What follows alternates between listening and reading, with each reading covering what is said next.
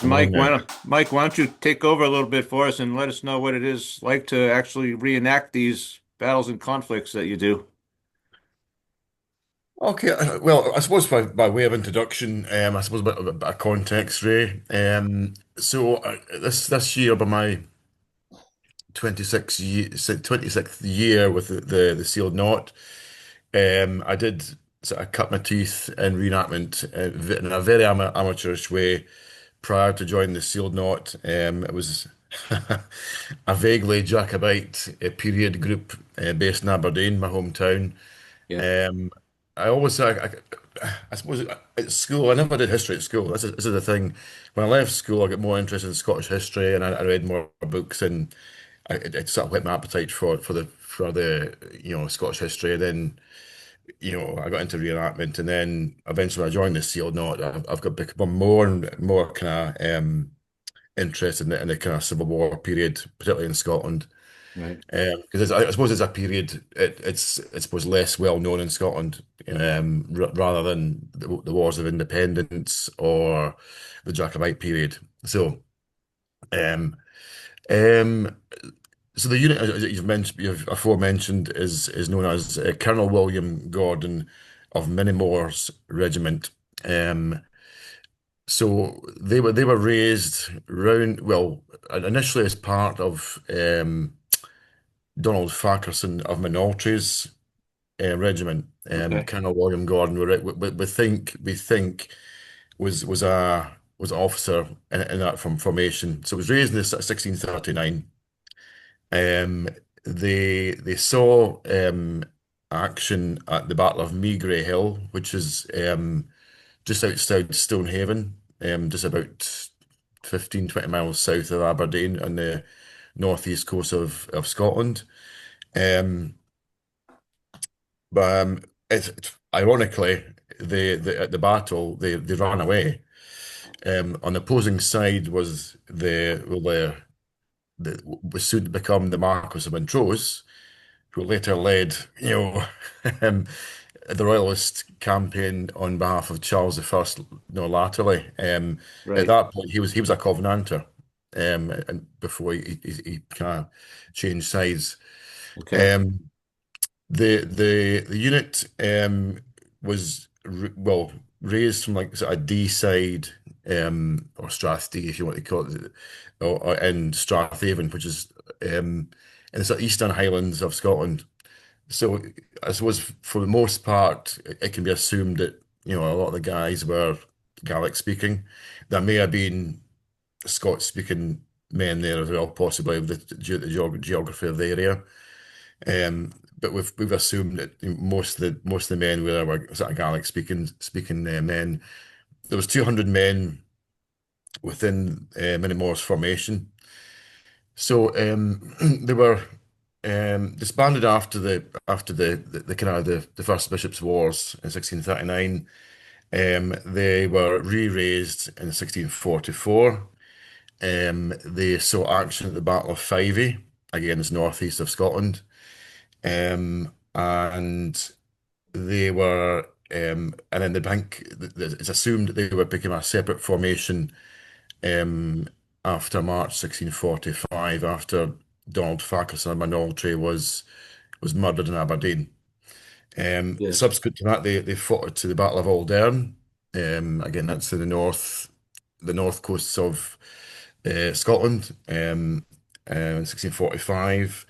And again, in northeast of Scotland, they fought in the Battle of Arford. And then subsequent to that, they fought the Battle of Kilsyth, which is about um, half an hour's drive from where I live just now. Okay. And actually, I walked the battlefield fairly recently, which is interesting. And latterly, they saw action at with Huntly, the Marquis of Huntly, at the storming of Aberdeen in 1646. Um, it's it's documented that when they first came out, they were carrying bows and ancient firelocks, so basically pretty obsolete weapons. In fact, the bow was Okay. still in use for a long time in the Highlands, and when it got out of use in England, like I said, a generation before. Um, as arms were getting shipped up from the continent in England, there's a sense that they might have been more conventionally armed with um, conventional weapons of the period, i.e., matchlocks or and pikes. But the information on the regiment itself is pretty sparse. So there's been a lot of kind of educated guesswork, um, trying to Right. piece some of the documentary sources. The regiment today was formed in 2000. That was the year I joined. Um, we occupied a single file within um, an Irish regiment, again within the Seal Knot, Manus O'Kane's, who again was historically fought with Montrose. And over the years, we built up the numbers and became a full unit ourselves. So we're a small number. I can't think how many we've got in the books right now, but I've been there since day one practically. Um, I am a musketeer. um, uh, so I suppose for me, being a musketeer in the field, it gives me a kind of a sense of what it might have been like for these guys standing in rank and file. And again, you can only kind of recreate so much. I mean, you watch the period, the films, and you can read books, um, but in no way can give you a sense of what it might like for these guys because we know that when we're Right. firing the opposite number, we're just firing black powder. But Right. in Yep. reality, and back in the day, they were firing real musket balls. And I dare say that a lot of these guys out in the field were scared, as opposed to the kind of the the Claymore wielding Highlanders of myth and what you see in the kind of some of the films Yeah. and series. Um, because at the end of the day, I mean, they were just ordinary men like you and me. They're Of course. ordinary people. Um, uh, Sure. I and I want to think get home to see their children. correct. They're people. Correct. Correct. Right. I mean, and and I think Ali touched upon it in a previous talk about a lot of the men were farmers. A lot of them did slope off come harvest time because there was no obligation for them to kind of stay. But obviously they had kind of obligations, back home to bring the harvest in, or Yep. some of them, who maybe had kind of captured booty on route during the campaign, went home with the booty. Um, we found that by and large, Moneymore's regiment were kind of almost like a semi-regular regiment, and I think that the numbers were fairly sort of constant through the period, as far as we can tell. So I suppose for me, being a musketeer, again, it just gives me a real sense of what it'd been like for these guys standing rank and file, um, and knowing that the next musket ball coming your way might be your name on it. Hmm. Um, and I know, do you want to discuss some of the equipment, Ray, or do Sure. A little bit. One of the things I think about, and you can tell me whether or not this is anything like the truth. Did the pike help to keep away while you're reloading the musket? Is this one of the things that keep, and so no one runs right up on you when you're pouring your next shot, someone's keeping them back. Is this something is that anything?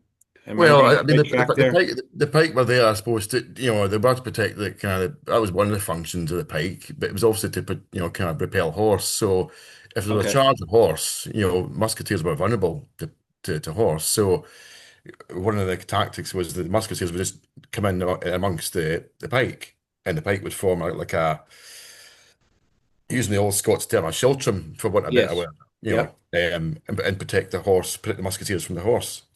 So that was one of the formations, the tactics. Right. Um, and I suppose if I mean, there's drill books of the period. You can, and I think there's many steps to load a musket, particularly a Yeah. matchlock musket. I use a flintlock in the field, Hmm. which is more sophisticated mechanically, and more can go wrong with it. But it's easier. I suppose it's easier to load. Um,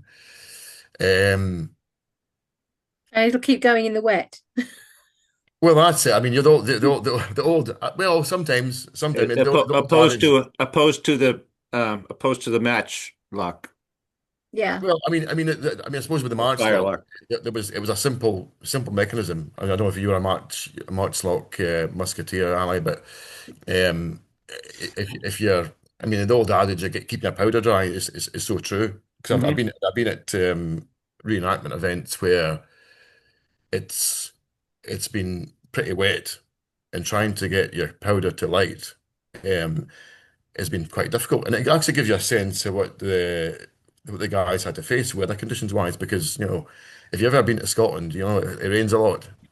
So, um, and that was one of the, I suppose, one of the occupational hazards of Yeah. the kind of the role as a musketeer. You Yeah.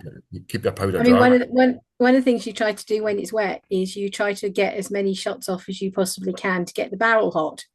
Because if the barrel's hot, the powder will stay dry.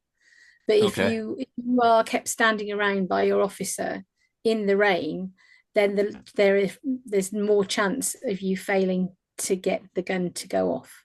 Correct. Um, and then Correct. that becomes a problem. What you're then holding is a very wet and very expensive club because you just turn it upside down and bash people with it that way. Which And you, people did. I mean, and when they came to hand, unless if you had a sword, you use a sword. mm, But if you use the business end of the butt, yeah, if you came into hand, it was also a good, a good weapon as well. Um, in terms of some of I suppose or maybe I'm preaching to converted here, but in terms of some of the kind of the tactics for musketeers. sure. I suppose the royalists, well, in Scotland, the royalist troops were probably poorly equipped and armed as opposed to the government covenanting troops. Okay. Um, and going back to what discussion before about pillaging and scavenging, Mm, if they looted, if they were victorious in one battle, they would just loot the dead and pick up the arms from the dead and any musket okay. balls.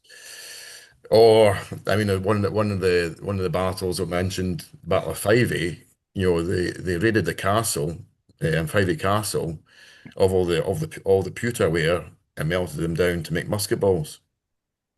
So No, needs must sometimes. right. Um, Oh, yes. Yeah. um, but in terms, and you give an example about how poorly armed the troops were. We've mentioned that Montrose is Irish. At the Battle of Inverlochy, um, or was it, sorry, Tippermuir? I think it was Tippermuir, actually. Tippermuir, which was one of the early battles just outside Perth, 1644. The Irish troops were noted to have one shot apiece. So they got as close as they could and they fired one big volley. So they put as much lead into air as possible so you had more chance of hitting something. Yep. And then they dropped the muskets and went in with sword and dirk. So you could get to grips with your opponent as quickly as you could. Right. And that was really also a tactic that the Highlanders did. They drop the musket they pour one big volley in, and then drop the muskets and run in and get to grips with the enemy as quick as they could. Right. And like I was saying, you don't want you're busy there with your next shot. You're done if someone runs right up on you. You're done. Exactly, exactly. So Unless you've got a guy or two next to you that does not have is not busy and is watching for you, whichever the case. Like a kern would be for the Gallaglass. If you've got somebody with you as a unit. Otherwise, another question, a question I have for you, Mike. I'm not sure if it's probably caliber is not the right thing, but how many choices are there if you pick a ball off that ground right there? It's going to fit your musket back then. well, there you go. That's a thing because it could vary in size. Okay, I mean, you also get 10 bore. I mean, I can't think of the top of my head really what would the most common bore size, but I suppose it would vary. there are lots of different ones. Yeah, okay, 10 bore, 12 bore. I mean, my own musket's a 20 bore, so it's quite a small bore. uh, But um, I mean, I suppose that you've heard the old kind of saying about biting the bullet, where musketeers would chew on the bullet, or the ball to make it, Mm. smaller. Huh. Whether they had time to do that, Ray, I don't know. That's the thing, Yeah. because in the heat of battle, when you're going through the loading mechanism of a musket, when you go through the drill and you're taught how to fire a musket, you'll probably go through all the slips very slowly. But in the heat of battle, and you've got somebody coming upon you, you wouldn't have time to do that. Right. I mean, at a distance, yes, but if there were men coming towards you, you might be able to get a couple of shots off possibly. And you might not have even time to ram it with your ramrod. You might have to what you call tap loading, Okay. which is less effective. Um, and again, in heat and battle, people panic. Right. Um, um, I think I don't think it's in Scotland, but I think there's an account in England where guys in one of the rear ranks shot their fellows in the back because they panicked. And I think and again, much later in the American Civil War, there's evidence of like the guys ramming about two or three bullets because they've forgotten they've loaded Okay. and they panic. So what you see in the films and TV series, bears no resemblance to what it was in reality because Ali gave the example about that officer getting lost in the confusion. So it was battles were confused kind of sites.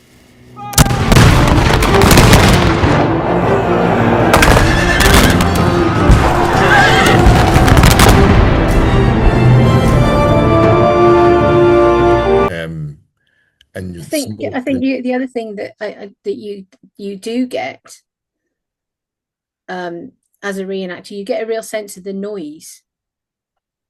The battles of the 17th century and probably the 18th century too were noisy places.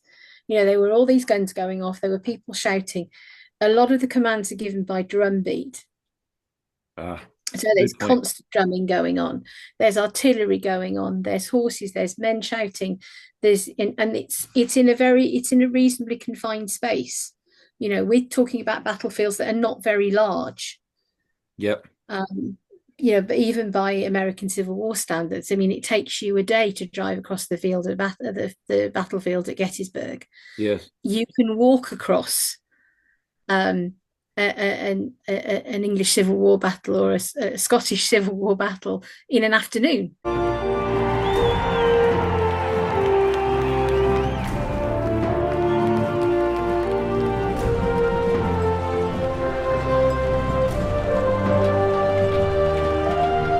You know, Mm. it this think, and so you're talking about a compressed space with a lot of noise, and and it's unfamiliar and you're away from home. I mean, I'm very aware of the fact that the thing about not knowing if your gun has gone off is actually a really common Wow. experience for the reenactor Not musketeer a good because you thing. can't Not a hear good it. thing.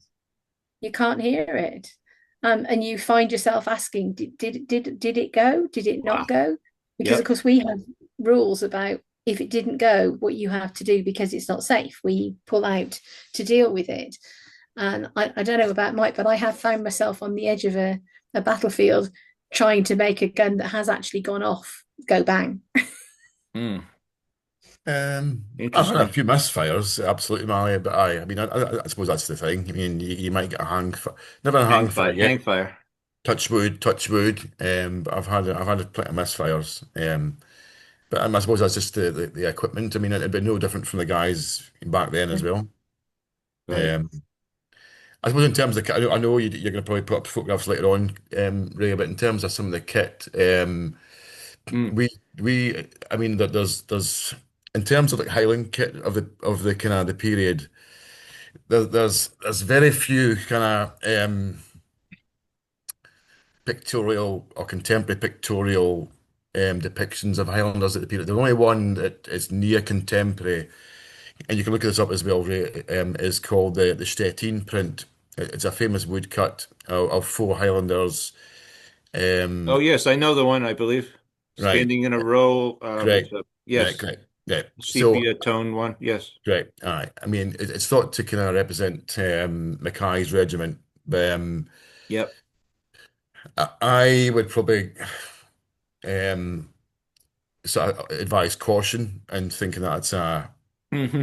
um, accurate, but it's as near as we've got it. And there is a few, again, documentary accounts of Highlanders as well. So if you go much later, 100 years beyond our period into the Jacobite period, you've got portraits and there's kind of there's more explicit kind of descriptions of what Highlanders were, but in the kind of Yes. Civil War period, it's pretty sparse actually. So you've got to do a lot of kind of about educational guesswork and using sort of what you've got in terms of, again, using the Stettin print.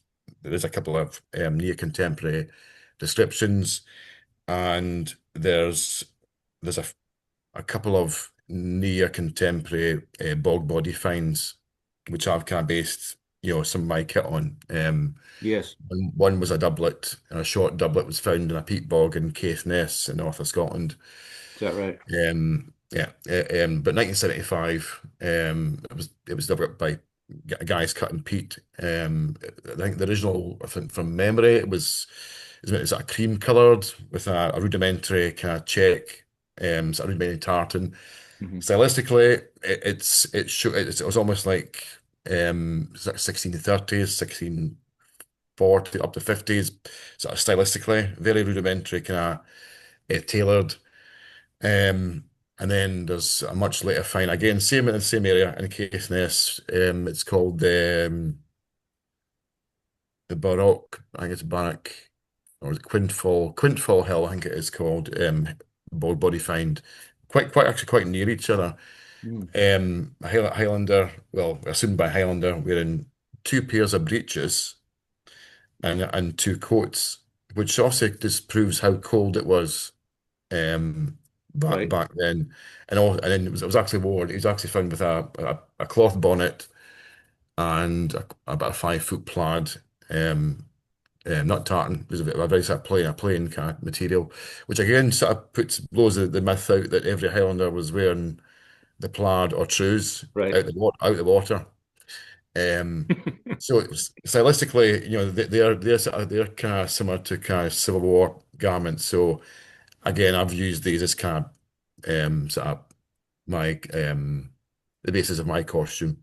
Yes. But so it's really it can be quite hard sometimes because I know with shows like Outlander being quite popular, I can be quite critical about Yep. what the and I know it's a really popular and I'm sure there'll be fans watching this. Mm. But I can sit there and think, well, actually, they wouldn't be wearing that, and they wouldn't be wearing that because the Highlands are cold, and running about in a shirt in the middle of winter, you would pretty soon get hypothermia. Right. Um, and I haven't walked in the Highlands. I know what it's like. You get I 3 seasons in one day. So I can the see you reality. get I can see you get booted out of the theater or two for ruining for ruining the show for people. So I think the reality is very much different from the kind of the myth. Yeah. I mean Highlanders were good troops, but they weren't. I mean, unless they were a kind of regular regiment, they weren't the most disciplined. Yeah, they were good. They're good for like sort of shock troops. Yep. Um, um, Well, this aye. wasn't the focus of their life. This was a part-time thing. This is an event in their life. It wasn't their uh, vocation or nearly anything like that. Like Yeah, today, yeah. someone decides to become a soldier, perhaps, or Well, I think that some of them maybe might have a choice. Really, I suppose, and very broadly speaking, a lot when the Civil War kicked off in Scotland. I suppose some of the great men or the chiefs, depending on what kind of allegiance they were, where they had sort of Covenanting allegiances or they were more royalists. In the bigger picture, some of them obviously saw the bigger picture, but for the man in the field, maybe he just saw this as an opportunity to put the boot into his historic enemies. For example, the Campbells were on the side of the Covenant, as you might know. the Hmm. Marquis of Yes, Argyll. absolutely. Argyll. I mean, his lands were again talking about scavenging and pillaging. His lands in Argyll were pillaged various times and cattle stolen for food and I mean there was depredations on both sides. So there was nobody that was kind of a saint in those times. Right.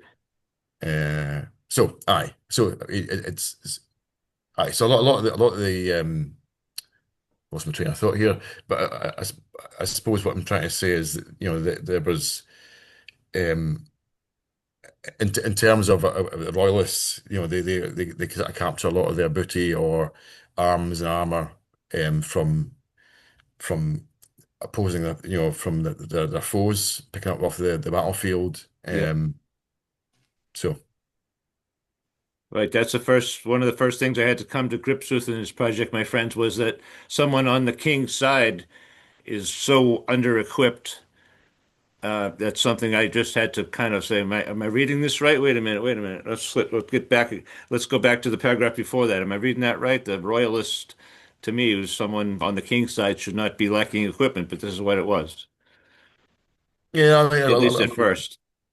yeah, lived off the land. I mean, particularly Highlanders were probably used to being subsistence living as well. Yeah, I mean, Ali spoke about being their diet being heavily in carbs. I mean, for the average Highlander, they might get a bit of meat, but it was very much kind of was a lot of dairy in their diet. A lot of sure. cream, butter, if eggs if you could get them. A lot of oats. And I mean, these men were kind of they were used to kind of traversing the hills. I mean, the famous march um, over the hill, over like the hills. The battle before the Battle of Inverlochy was 30 miles overnight, and kind of in February 1645, middle of winter.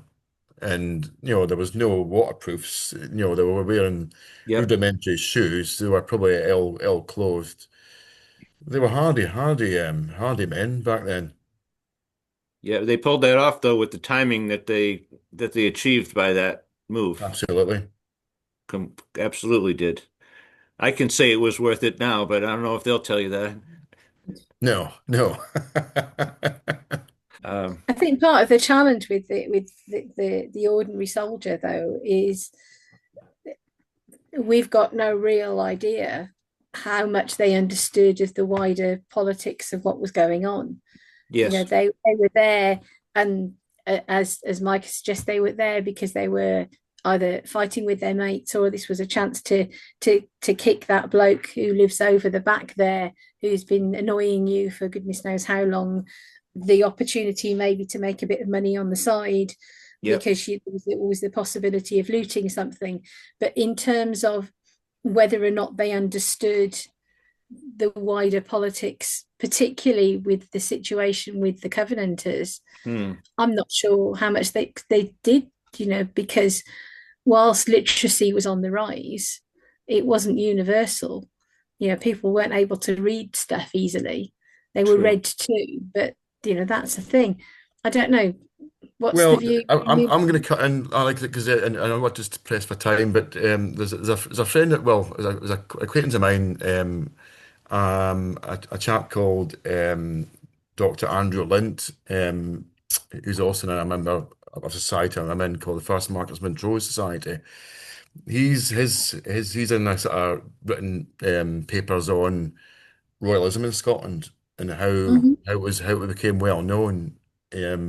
I suppose the assumption is that most part Highlanders were illiterate unless you were schooled. Um, but I suppose the news got round the Cayleys, the kind of the Garlings in the Okay. household. In the household, it was spread to the villages. So that was one. They reckon that there was one way that it was done in the Highlands. So they weren't they weren't unsophisticated. They were. So although the chief who maybe had his own agenda for being on whatever side, um, I suppose it's you as a tenant of his lands, you had an obligation towards your chief, True. you know, Mhm. regardless. Um, so. much later in the 45, there is instances where men were pulled out against their will. I dare say it might have been the same during our period as well. Yeah. Right. I mean, I hadn't thought about clan loyalty as being a factor, but it must have been because, of course, there's no such equivalent in England. But that must have been part of some of the decisions that were made. Yeah, Hmm. yes, Ellie. Actually thought about this quite a bit in the last few weeks coming up into this meeting we're doing now is that during the 45 and the 15, right, we do hear that this clan came out for that cause, right? This clan reacted to this in this way, but during these conflicts, not so clear cut at all here. No, no. I mean, it was very much No. shades of grey area. Um, I mean, I think there was even. I mean, there was even like I mean, even in our period, one of the big figures in sort of Highland sort of folklore during that period was a man called Alison McCullough. I don't know if you heard of Yes, Alison McCullough. I He's have. a interesting. You could talk. You have another talk about him solely, but he switched sides. Especially in Ireland a few times, and they were just men of the time. Montrose obviously Mm, became disaffected with the extreme elements in the Covenanting party, and then that's why he came across to offer his sword at King Charles I. So they were men of their time. Um, and I dare say it was the same for soldiers as well. mm, right. One of the things that I just want to touch on really quick, we talked about, uh, well, of course, soldiers run on their stomach. They also run on their feet, especially you, Mike, on this one, and you also, Ellie, of course. But the footwear must have been quite a something to get through, and many pairs were dropped by the roadside, I'm sure, um, if they ever even had them to begin with. Yeah, certainly, the latchet shoes were probably the most common footwear I imagine. Yep. Highlands, I mean, if you obviously your pair of shoes, you were doing quite well. I don't think that they ever went. I mean, someone probably did go barefoot as children, but I think you're traversing the kind of the drove roads and the hills. Your feet would become a pretty, become a mess pretty quickly. So there we're wearing, brogues of some sort to protect their Yep. feet. Very rudimentary. Um, Right. but you're right, they would have worn it pretty quickly. Mm. Well, I want to thank you so much, both of you, and John. Thank you, John. John Demos had to leave us. He had some problems with the internet, I think. Couldn't get back on it with us here. Thank you so much, Ali Warren and Michael Netten from the Sealed Knot Society, and Michael is more correctly with Colonel William Gordon's of Monamore's regiment.